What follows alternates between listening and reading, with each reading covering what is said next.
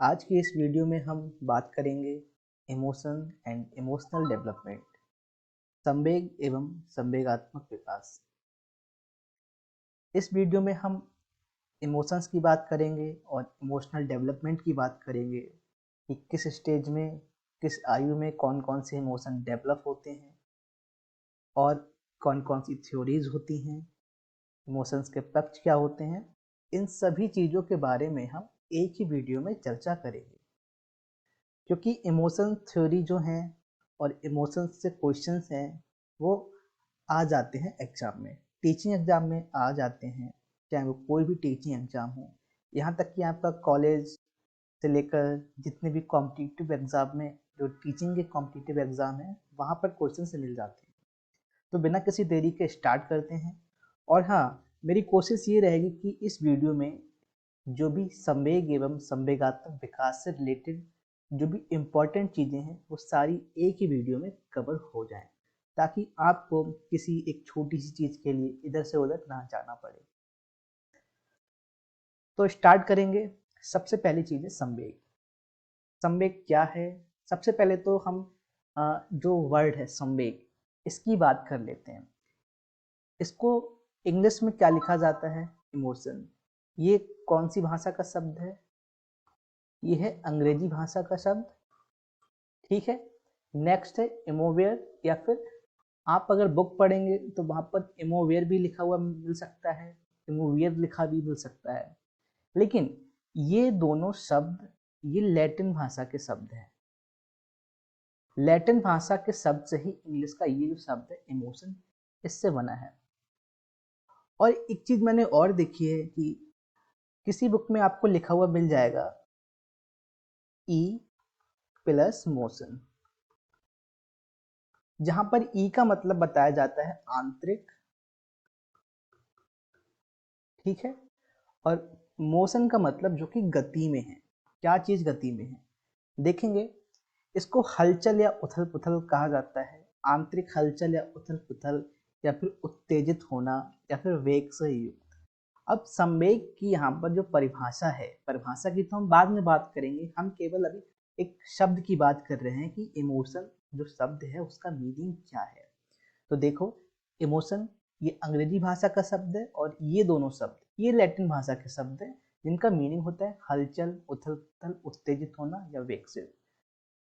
कहीं आप एक बुक में पढ़ेंगे तो किसी बुक में आपको ये चीज मिल सकती है, किसी बुक में आपको ये चीज मिल जाएगी, किसी बुक में आपको ये चीज मिल जाएगी, ई प्लस मोशन। ठीक है। तो कंफ्यूज नहीं होना है, हमें सभी चीजें लेकर चलनी है, ताकि कहीं पर भी कोई ऐसी प्रॉब्लम ना हो या फिर समझ में ना आने वाली चीज इसमें कुछ भी ना रहे। अब यहाँ पर हम संवेग की परिभाषा की बात करें। जो परिभाषाएं हैं यहाँ पर हम बात करेंगे 1 2 3 4 5, जो 5 इम्पॉर्टेंट हैं, जो कि सी टेट में या फिर सुपर टेट में या फिर एस टेट में आ जाती है। वुडवर्थ और रॉस, ठीक है, ये देखेंगे थोड़ी इंपॉर्टेंट हो जाती है। वुडवर्थ की जो परिभाषा है वो ज़्यादा इंपॉर्टेंट है। जैसे वुडवर्थ ने बताया कि संवेग व्यक्ति की उत्तेजित अवस्था है। व्यक्ति की उत्तेजित अवस्था है। इसको हम एग्जाम्पल से समझेंगे। जब गुस्सा आता है इंसान को, तो जो अवस्था होती है, अगर किसी इंसान को बहुत तेज गुस्सा आ रहा है, आप उसको नोटिस कीजिए, वो उत्तेजित अवस्था में है, उसके शरीर में उत्तेजना है। नेक्स्ट बात करेंगे जर्शील्ड की। जर्शील्ड ने बताया किसी प्रकार से आवेश में आने, उत्तेजित हो जाने या भड़क जाने को संवेग कहते हैं।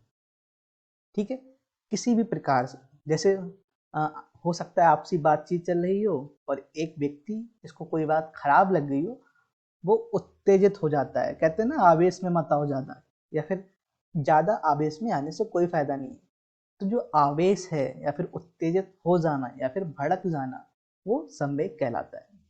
नेक्स्ट है रॉस।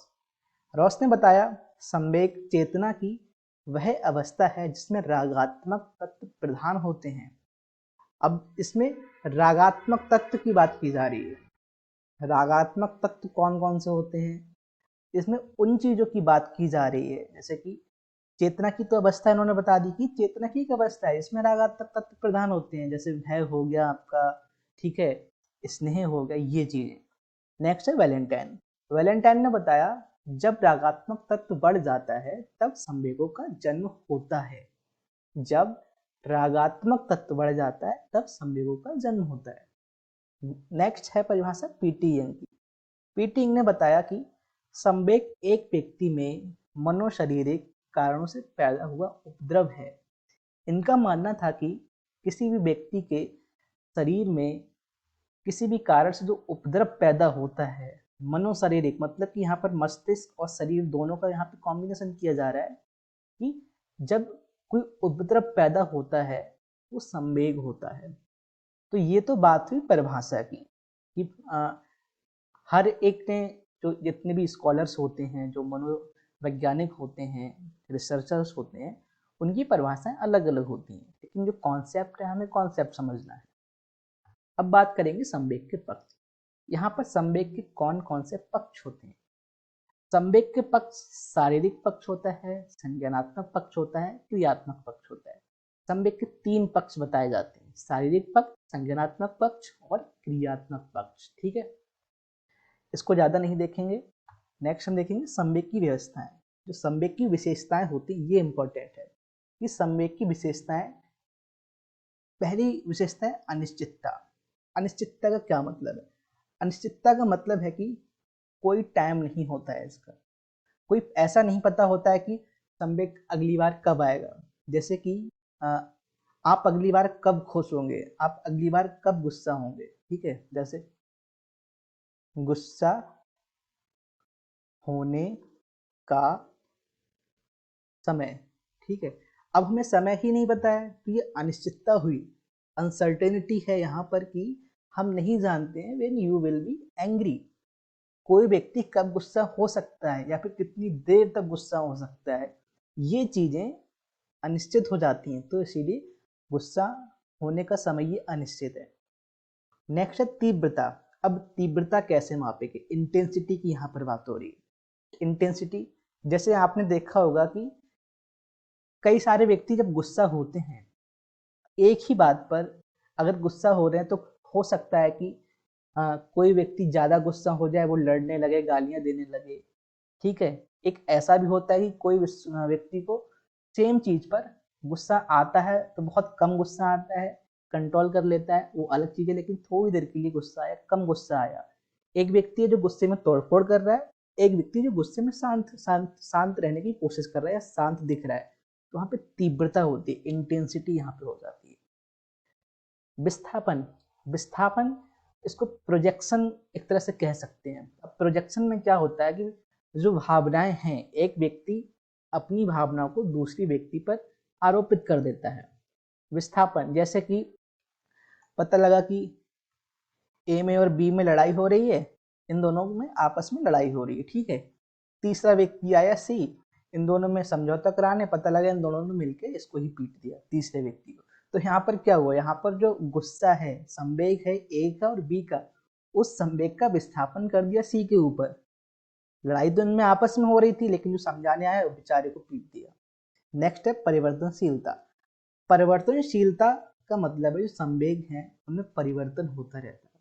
जैसे कि कोई व्यक्ति अभी गुस्सा है तो वो थोड़ी देर बाद हो सकता है कि रोने लगे, हंसने लगे, शांत हो जाए। तो जो संवेग है वो परिवर्तित होते रहते हैं। नेक्स्ट है व्यापकता। संवेग जो है वो व्यापक होते हैं। इसके बाद है व्यक्तिक भिन्नता।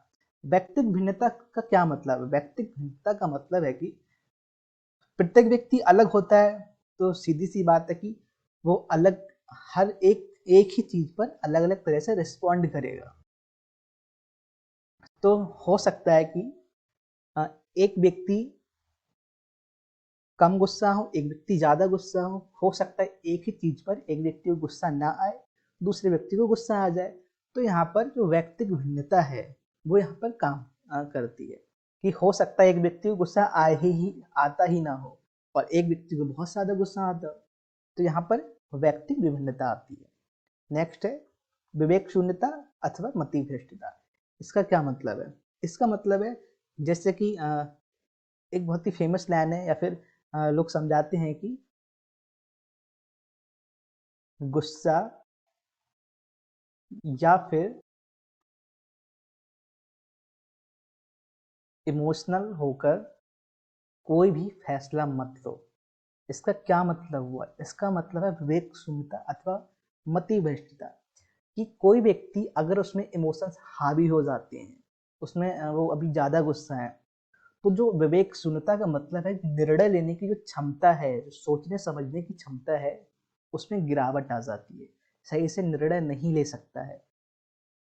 चांसेस होते हैं कि या तो वो सही से निर्णय ना ले पाए, या फिर जो निर्णय ले रहा है उसमें कोई भी प्रॉब्लम हो सकती है। तो इसको विवेक शून्यता अथवा मति भ्रष्टता कहा जाता है। नेक्स्ट है मूल प्रवृत्त्यात्मक। मैकडूगल ने जैसे बताया कि जो 14 इमोशंस होते हैं, 14 इंस्टिंक्ट होती हैं, वो चीज़ यहाँ पर बात की जा रही है कि व्यक्ति की जो मूल प्रवृत्ति होती है उसमें गुस्सा आने की जो चीज़ें होती हैं, इंटेंसिटी होती है, अनिश्चितता होती है, विस्थापन होती है, वो उसकी मूल प्रवृत्ति पर ही डिपेंड करती है। अब हम बात करेंगे संवेग के प्रकार अथवा विभाजन। तो यहाँ पर सी टेट या फिर जो सुपर टेट है, यूपी सुपर टेट है, यह एस टेट में जो ज़्यादा क्वेश्चंस पूछने की संभावना बनती है वो बनती है वाटसन, प्रोफेसर ब्रिजेस या फिर मैकडूगल का विभाजन।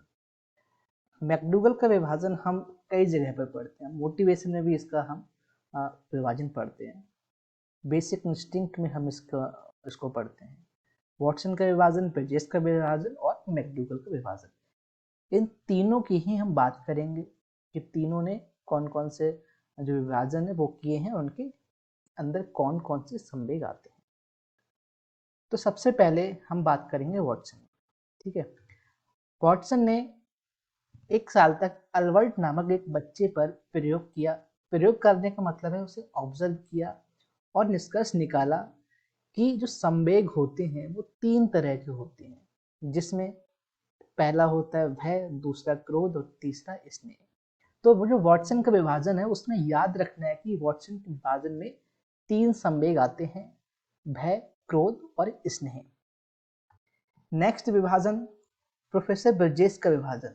प्रोफेसर ब्रिजेस ने बताया कि जो संवेग होते हैं, लगभग सभी संवेगों का विकास 24 महीने की आयु तक, मतलब कि 2 वर्ष की उम्र तक लगभग सभी संवेग विकसित हो जाते हैं। और उन्होंने 10 संवेग बताए। 10 संवेग गिनेंगे, 1 2 3 4 5 6 7 8 9 10 11।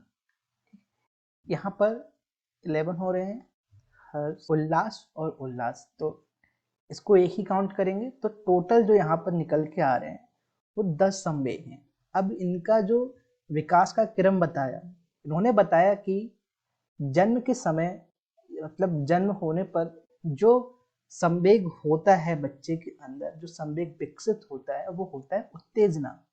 ठीक है, इसके बाद 3 महीने तक आनंद और कष्ट, नंबर 2 नंबर 3, आनंद और कष्ट नामक संवेग विकसित हो जाते हैं। इसके बाद 6 महीने की आयु तक उल्लास, क्रोध, भय, घृणा ये विकसित होते हैं।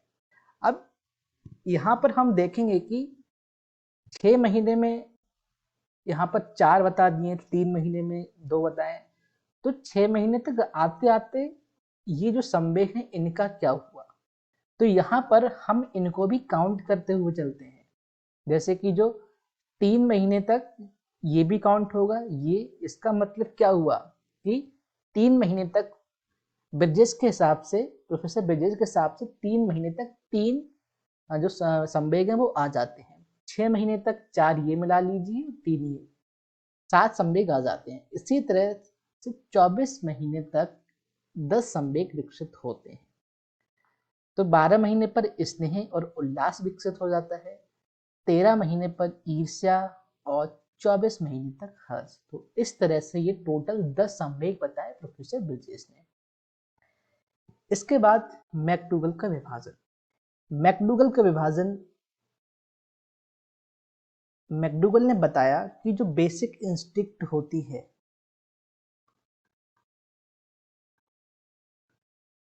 ठीक है, मूल प्रवृत्तात्मक या फिर मूल प्रवृत्ति। मूल प्रवृत्ति का मतलब है कि जन्मजात।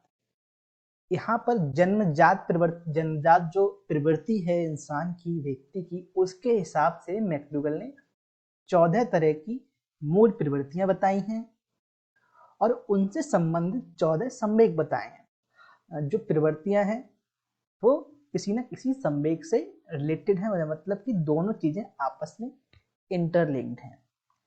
उन्होंने बताया जो पलायन मूल प्रवृत्ति होती है वो फियर या फिर भय से संबद्ध होती है। क्योंकि इमोशनल डेवलपमेंट का वीडियो है, इमोशंस की बात की जाएगी यहाँ पर, तो हम मूल प्रवृत्ति एक बार देखेंगे, उसके साथ में जो संबंधित संवेग है ये संवेग हम देखेंगे, जैसे भय, क्रोध, घृणा, वात्सल्य, कष्ट, कामुकता, आश्चर्य, अधीनता की भावना, श्रेष्ठता की भावना, एकाकीपन, भूख, अधिकार की भावना, रचना का आनंद, आमोद, ये चीजें संवेग कहलाती हैं।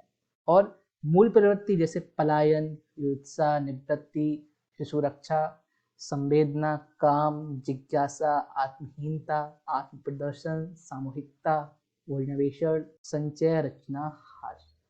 तो यहाँ पर मूल प्रवृत्ति है और यहाँ पर संवेग है। तो कितने संवेग बताए मैकडूगल ने? टोटल 14 संवेग बताए। ठीक है, याद रखना ये।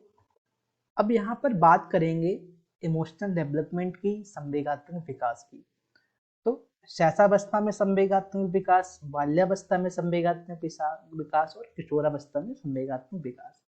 यहाँ पर विकास जो आयु है, आयु के हिसाब से हम बात करेंगे, तो जो इम्पोर्टेंट चीजें हैं, जो इम्पोर्टेंट पॉइंट है उसकी हम बात करेंगे।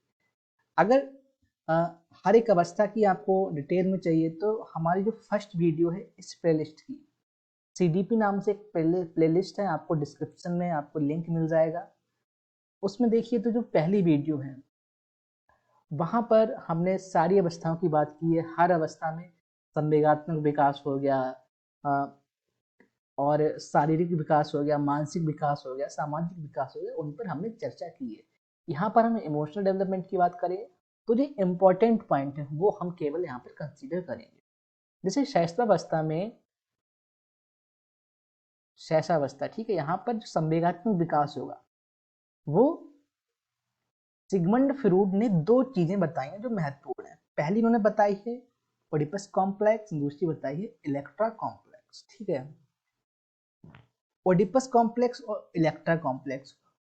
ओडिपस कॉम्प्लेक्स और इलेक्ट्रा कॉम्प्लेक्स में सिगमंड फ्रूड ने यह बताया है कि जो बच्चा होता है उसमें माता के प्रति और पिता के प्रति एक भावना पैदा होती है, एक विद्रोह की जो भावना होती है वो यहाँ पर पैदा होती है।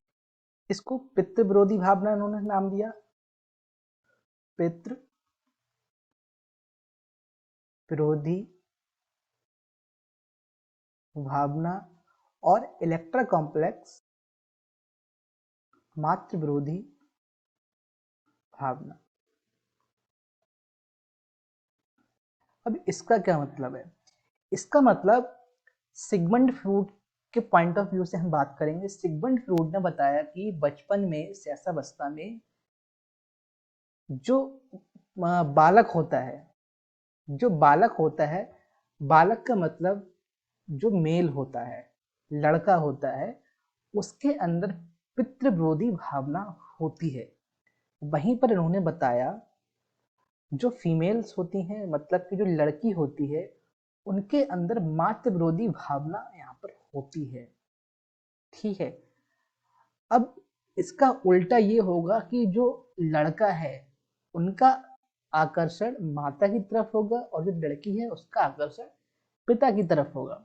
हालांकि इस चीज को लेकर सिगमंड फ्रूड है, इनकी जो थ्योरी है, जो साइकोसेक्सुअल थ्योरी है, और जो ये पॉइंट के ऊपर इनको क्रिटिसाइज किया गया था, क्योंकि ये चीजें ऐसी हैं, जो चीजें उन्होंने बताई वो ऐसा नहीं है कि इसका बहुत एक ऐसा सफल प्रयोग किया गया हो। ठीक है, इसीलिए इस चीज को क्रिटिसाइज किया गया, लेकिन इंपॉर्टेंट चीज है इसीलिए हमें पढ़नी है, याद रखना है। तो ये तो शैशवावस्था में जो संवेगात्मक विकास का जो इम्पोर्टेंट पॉइंट है वो हमने यहाँ पर देख लिया। याद रखना है, ओडिपस कॉम्प्लेक्स पितृ विरोधी भावना है, इलेक्ट्रा कॉम्प्लेक्स मातृ विरोधी भावना है। अब क्वेश्चन कैसे फ्रेम हो सकता है? क्वेश्चन ऐसे फ्रेम हो सकता है कि आ, एक आपको नाम दे दिए जाएंगे, 4 नाम दे दिए जाएंगे कि उनमें लिखा होगा कौन सा जो शब्द है या फिर किस उम्र में बच्चे के अंदर पिता के प्रति आकर्षण होता है, पिता के लिए आकर्षण होता है या फिर माता के लिए आकर्षण होता है। पितृविरोधी भावना का मतलब है माता के लिए आकर्षण, ठीक है, और मातृविरोधी भावना का मतलब है पिता के लिए आकर्षण। तो हमें ये याद रखना है, कभी कभी शब्दों के साथ में थोड़ा खेल हो सकता है क्वेश्चन में, बट हमें याद रखना है। नेक्स्ट है बाल्यावस्था में संवेगात्मक विकास। शैशवावस्था में हमने बात कर ली, अब बाल्यावस्था में देखेंगे। बाल्यावस्था में संवेगात्मक विकास के जो इम्पोर्टेंट पॉइंट है वो है संवेगों की उग्रता में ह्रास होता है। इसका क्या मतलब हुआ, जब शिशु होता है, बच्चा जब छोटा होता है, शिशु शैशवावस्था में, अगर उसे भूख लगती है तो वो रोना स्टार्ट कर देता है। रोने का मतलब है रोने का क्या मतलब यहाँ पर हुआ, रोने का मतलब है कि जो संवेग है, जो गुस्सा है, उसमें अग्रेशन है, वो उसकी इंटेंसिटी ज्यादा है। वहां पर भूख लगेगी तो वो रोना शुरू कर देगा। उसको किसी और तरह से बताया जा सकता है, व्यक्त किया जा सकता है। तो बाल्यावस्था में आते आते वो जो कुछ संवेग उनकी उग्रता है उसमें ह्रास हो जाता है। भूख लगेगी तो बताना शुरू कर देगा, हाथ से इशारा करना शुरू कर देगा, पेट की तरफ इशारा करना शुरू कर देगा।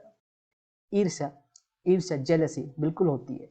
बच्चे को अगर खिलौना दिया जाए तो एक बच्चे का खिलौना अगर दूसरा बच्चा ले लेता है तो बच्चे आपस में झगड़ा करने लगते हैं, लड़ाई करने लगते हैं, वो ईर्ष्या। जैसे हमने देखे हैं एग्जाम्पल, आप देख सकते हैं। तो कोई कहता है कि ये मेरी मम्मी है, तो छोटा बच्चा क्या कहेगा, उसके अंदर ईर्ष्या होती है तो वो रोने लगता है कि नहीं नहीं ये तो मेरी मम्मी है। इस तरह से एग्जाम्पल देख सकते हैं। निराशा, कोई प्यारी चीज उसे ना मिलने पर वो निराशा भी महसूस करता है। भय, वो डरना सीखने लगता है। शैशवावस्था में डरता है, लेकिन वहां पर किस चीज से डरना चाहिए, किस चीज से नहीं डरना चाहिए, वो चीज उसने नहीं सीखी है। लेकिन बाल्यावस्था में वो चीज सीखने लगता है कि किस चीज से डरना है। इसके बाद प्रबल जिज्ञासा। प्रबल जिज्ञासा का मतलब है बाल्यावस्था में आने पर बच्चे क्वेश्चन बहुत ज्यादा पूछते हैं। कोई खिलौना है उसको तोड़ तोड़ कर, खोल खोल कर देखने की कोशिश करते हैं, उलट पलट कर देखते हैं नई चीजें।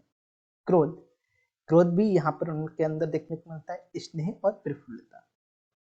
नेक्स्ट है किशोरावस्था में संवेगात्मक विकास। अब किशोरावस्था में संवेगात्मक विकास जिसमें विरोधी मनोदशाएं होती हैं, कल्पनाशीलता, भाव प्रधान जीवन। कल्पनाशीलता का मतलब है कि जो किशोर होते हैं वो कल्पना ज्यादा करते हैं, कल्पना ज्यादा करते हैं। डे ड्रीमिंग भी उनके अंदर ज्यादा होती है कि मैं बड़े होकर मैं ये बनूंगा, मैं पायलट बनूंगा, मैं डॉक्टर बनूंगा, या फिर मेरा ऐसा घर होगा, मैं ये कार लूंगा, मैं ऐसी साइकिल लूंगा, मैं ऐसी मोटरसाइकिल लूंगा, यहाँ घूमने जाऊंगा। ये कल्पनाएं के कल्पनाओं के एग्जाम्पल है। भाव प्रधान जीवन, भाव प्रधान जीवन का मतलब है कि सिंपल सा एग्जाम्पल हम ले सकते हैं, जैसे कहते हैं कि टसन में रहने का जो उनके अंदर चीज होती है, भाव प्रधान जीवन। जैसे कि इसका सबसे अच्छा एग्जाम्पल है कि अगर उन्होंने कुछ चीज पसंद आ गई, कुछ चीज पसंद आ गई, किसी चीज से अगर वो इम्प्रेस्ड हुए हैं तो वो चीजें करने की कोशिश करते हैं। सही हो गलत हो, लेकिन वो चीजें अपने रियल जीवन में, अपने असल जीवन में करने की कोशिश करते हैं।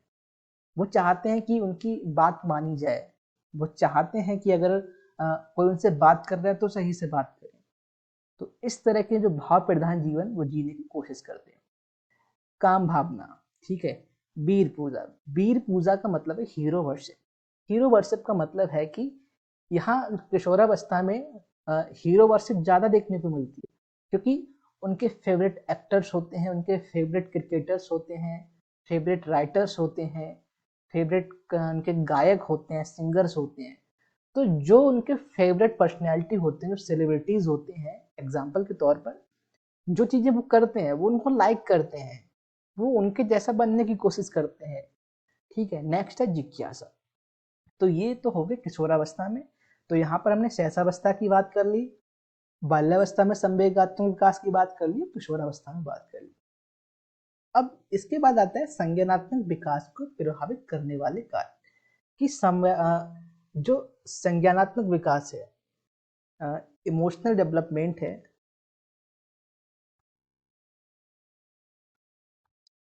इसको सही कर लेंगे। ये संज्ञानात्मक यहाँ पर नहीं है, इसको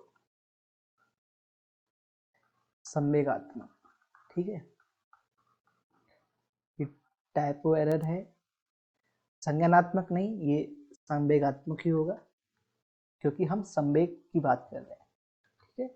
तो संवेगात्मक विकास को कौन कौन से कारक प्रभावित करते हैं? जैसे वंशाक्रम, वंशाक्रम इसका सबसे अच्छा एग्जाम्पल है।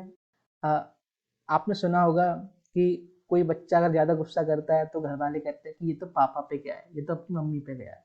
इसकी मम्मी भी गुस्सा करती है, इसके पापा भी गुस्सा करते हैं, ये भी गुस्सा करता है, तो वो हम कह देते हैं। लेकिन कुछ चीजें वंशानुक्रम में आती हैं, वो जो हेरिडिटी होती है वो चली आती है। नेक्स्ट है वातावरण, कि आप किस वातावरण में रह रहे हैं।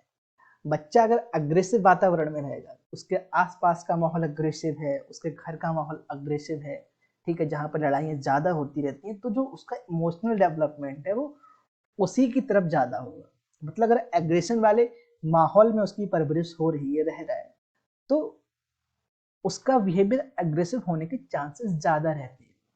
स्वास्थ्य, अब स्वास्थ्य किस तरह से असर डाल सकता है, किस तरह से संवेगात्मक विकास को प्रभावित कर सकता है, इसका एग्जाम्पल ऐसे समझ सकते हैं कि जो बच्चे होते हैं ज्यादा बीमार होते हैं, वो चिड़चिड़े हो जाते हैं। तो सीधा सा संबंध है कि अगर उनके शरीर में फुर्ती नहीं है तो वो इंटरेक्ट नहीं कर पाएंगे। इंटरेक्ट करने का मतलब वो खेल नहीं पाएंगे दूसरों से, घर पर ही रहेंगे, बाहर नहीं जा पाएंगे। तो ये चीजें काफी ज्यादा यहाँ पर असर डालती हैं। थकान, थकान फैटिग, फैटिग का यहाँ पर ये मतलब है कि अगर कोई इंसान थका हुआ है, थकान महसूस करता है, फैटिग है, तो वो सीखने का उसका जो सीखने का एक तरह से कह सकते हैं क्रम है, वो सही नहीं होगा। जैसे कि अगर आप बहुत ज़्यादा थके हुए हैं, काम करके आए, आपसे कोई ऐसी बात कह दे जो आपको खराब लगेगी, तो अगर आप थके हुए हैं तो आप उसको रिस्पॉन्स नहीं करेंगे, अरे चलो जाने दो, इस तरह से आप कह दोगे। लेकिन अगर आपके अंदर बहुत ही ज़्यादा चुस्ती है, फुर्ती है, और आपसे किसी ने कोई बात कह दी तो आपने कहेगा पकड़ो इसको अभी मारो। तो थकान मैटर करती है। सामाजिक आर्थिक स्थिति, सामाजिक आर्थिक स्थिति का मतलब है कि आप जिस समाज में रहते हैं, आपके आसपास के जो लोग हैं उनसे, और आपका जो घर है, आप में जो फाइनेंशियल कंडीशन है वो कितना मैटर करती है। नेक्स्ट है विद्यालय, विद्यालय का बहुत ही ज्यादा इंपॉर्टेंट रोल होता है किसी भी तरह के विकास में। संवेगात्मक विकास की बात करें तो वो क्लास से सीखता है, सहानुभूति सीखता है, लोगों के साथ घुलना मिलना सीखता है, नए लोगों के साथ इंटरेक्शन सीखता है। वो जो टीममेट होते हैं ना, लीडरशिप सीखता है, टीम भावना कहते हैं जिसको, समूह भावना, वो चीज सीखता है, पीयर ग्रुप्स ये बनते हैं। तो यहाँ पर सबसे बहुत ज्यादा विकास होता है। नेक्स्ट बात करेंगे संवेग के सिद्धांत। संवेग के जो मूलतः 3 सिद्धांत हम पढ़ते हैं जिससे क्वेश्चंस आने की संभावना रहती है। जैसे जेम्स लैंग का सिद्धांत, दूसरा कैननबार्ड का सिद्धांत, इसको हाइपोथैलेमिक सिद्धांत भी कहा जाता है। नेक्स्ट है शेटर सिंगर। अब यहाँ पर ये नाम थोड़ा कंफ्यूजिंग रहता है क्योंकि आप इसको लिखा हुआ देखेंगे, सेटर सिंगर भी आप इसको लिखा हुआ देख सकते हैं, ठीक है, आप इसको देख सकते हैं, कहीं कहीं पर लिखा हुआ हो सकता है सेटर सिंजर, ठीक है। तो अगर हिंदी में नाम लिखा हुआ है तो आप कोशिश कीजिए जो उसका इंग्लिश में अगर नाम लिखा हुआ है उसको पढ़ने की कोशिश कीजिए, क्योंकि हिंदी में जो इंग्लिश के कुछ शब्द हैं जैसे लिखे जाते हैं वैसे हिंदी में उस तरह से वो नहीं लिखे जाते। तो आप जो इंग्लिश का नाम है शेटर सिंगर, ये आप कंसीडर कीजिए। अब जेम्स लैंग की बात करेंगे। जेम्स लैंग ने क्या बताया? जेम्स लैंग ने ये बताया कि जो इमोशंस होते हैं, जो संवेग होता है व्यक्ति में, वो कैसे आता है। इन्होंने बताया कि जब कोई घटना होती है, घटना के बाद हमारा जो व्यवहार होता है उसके बाद संवेग आते हैं। इनका कहने का मतलब था, जैसे अगर आपने अचानक कोई सांप देखा, जैसे ही आपने सांप देखा उसके बाद आप कांपने लगेंगे। सांप देखा, अब आप कांपने लगे, आपके जो हार्ट बीट है, जो आपकी हृदय गति है बहुत तेज हो गई। ये यहाँ पे चीज इंपॉर्टेंट है कि हृदय गति तेज होगी, मतलब जो फिजिकल कैरेक्टरिस्टिक्स हैं, जो आपके शरीर के जो कैरेक्टरिस्टिक्स हैं, जैसे कि हृदय गति बढ़ना, रक्तचाप बढ़ना, शरीर का कांपना, ये चीजें होती है, उसके बाद आपके अंदर इमोशन आता है। इसके बाद आपके अंदर इमोशन आता है। कहने का क्या मतलब हुआ? कहने का मतलब हुआ है कि अगर आपने किसी सांप को देखा, सांप को देखने के बाद आपकी हृदय गति तेज हो गई, शरीर कांपने लगा, उसके बाद इमोशंस आएंगे। ठीक है, कहने का मतलब है कि पहले घटना होगी, उसके बाद व्यवहार होगा, उसके बाद संवेग जागृत होंगे। नेक्स्ट है कैनन बार्ड। कैनन बार्ड सिद्धांत, इसको हाइपोथैलेमिक सिद्धांत भी कहा जाता है। इन्होंने बताया कि पहले कोई घटना होती है, घटना होने के बाद मस्तिष्क के अंदर हाइपोथैलेमस रिएक्शन देता है। हाइपोथैलेमस बताता है कि संवेग कौन सा होगा और किस तरह से हम व्यवहार करेंगे। व्यवहार, यहाँ पे जो व्यवहार का मतलब है, शरीर से जो क्रियाएं हो रही हैं, जो प्रतिक्रिया हो रही है किसी घटना के बाद, यहाँ पर उससे इसकी बात की जा रही है। तो सिंपल भाषा में कहें तो घटना के बाद संवेग आएगा, उसके बाद व्यवहार होगा। इसका मतलब क्या हुआ?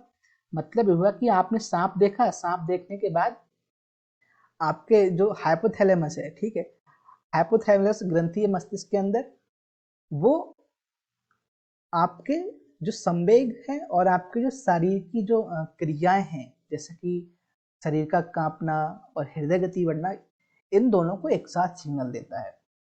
इजी में समझने के लिए हम इसको इस तरह समझ सकते हैं कि जेम्स लैंग ने बताया घटना होने का व्यवहार होगा, व्यवहार होने के बाद संवेग होगा।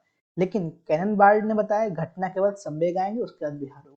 ये केवल याद करने के लिए, ताकि आपको आसानी से याद हो जाए।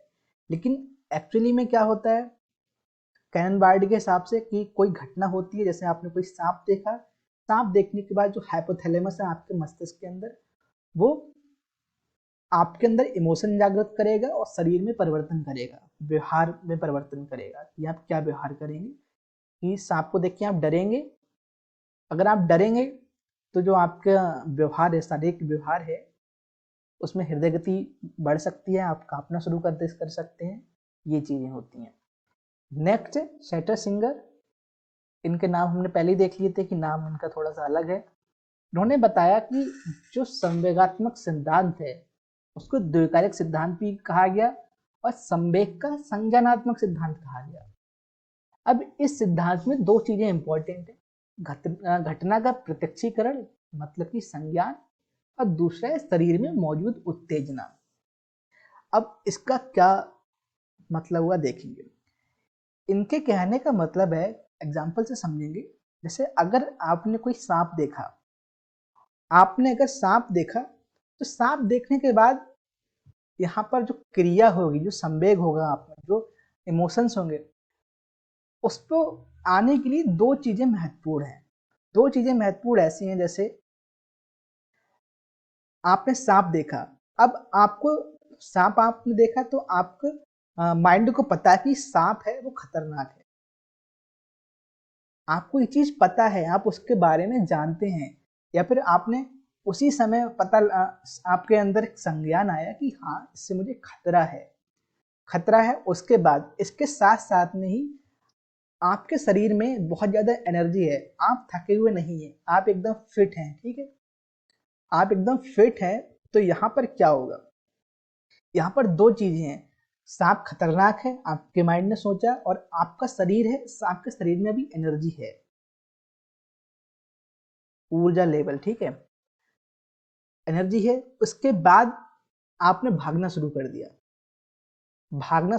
आपने। इसका क्या मतलब हुआ?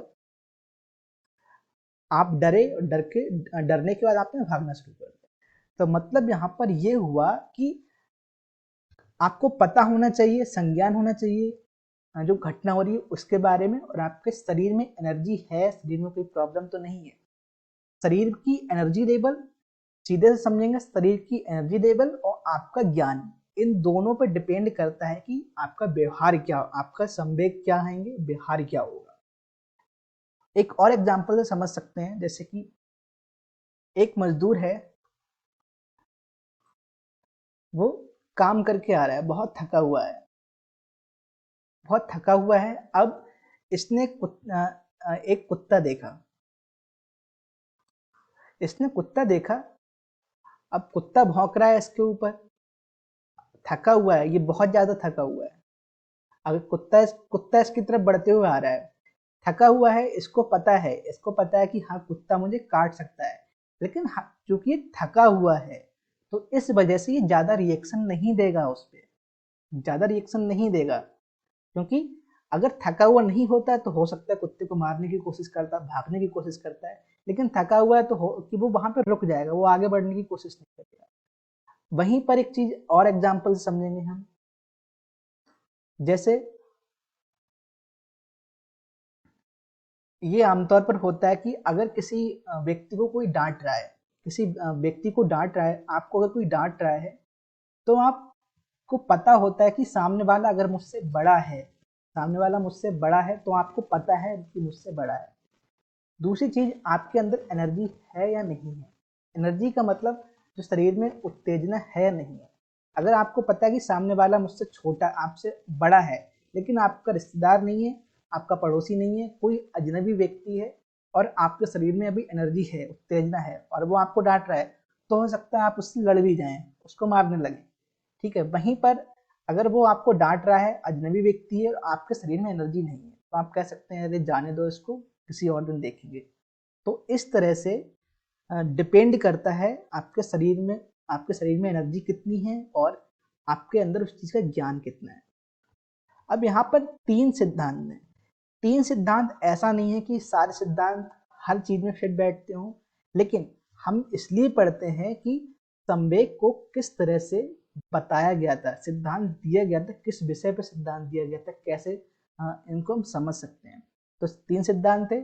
जेम्स लैंग का सिद्धांत, जेम्स लैंग के सिद्धांत के अनुसार घटना होती है, घटना होने का हमारे शरीर में परिवर्तन होता है, उसके बाद हम इमोशंस महसूस करते हैं। कैनन बार्ड ने बताया घटना होती है, घटना होने के बाद जो हाइपोथैलेमस है वो हमें बताता है कि हमें क्या हमारे अंदर इमोशन आएगा, हमारे शरीर की जो क्रियाएं वो चेंज होंगी या नहीं होंगी। चैटर सिंगर ने बताया कि घटना होने के बाद हमें पता होना चाहिए कि वो घटना के बारे में ज्ञान होना चाहिए, और हमारे शरीर में एनर्जी लेवल, उत्तेजना होनी चाहिए, उसके हिसाब से डिपेंड होता है कि इमोशंस क्या होंगे। तो इस तरह से ये सारी चीज हमने इस वीडियो में कवर कर ली। हमने यहाँ पर बात की इस वीडियो में इमोशन क्या होता है, परिभाषा की हमने बात की, हमने संवेग के पक्ष की बात की, संवेग की व्यवस्थाएं हमने देखी, संवेग के प्रकार देखे जिसमें हमने वाटसन का विभाजन, ब्रिजेस का विभाजन और मैकडूगल का विभाजन ये हमने पढ़ा। इसके बाद संवेगात्मक विकास कि शैशवावस्था में किस तरह से होता है, बाल्यावस्था में किस तरह से होता है, किशोरावस्था में किस तरह से होता है। ठीक है। और उनको प्रभावित करने वाले कारक कौन कौन से होते हैं। इसके बाद हमने सिद्धांत देखे, सिद्धांत में जेम्स लैंग, कैनन बार्ड और शैटर सिंगर।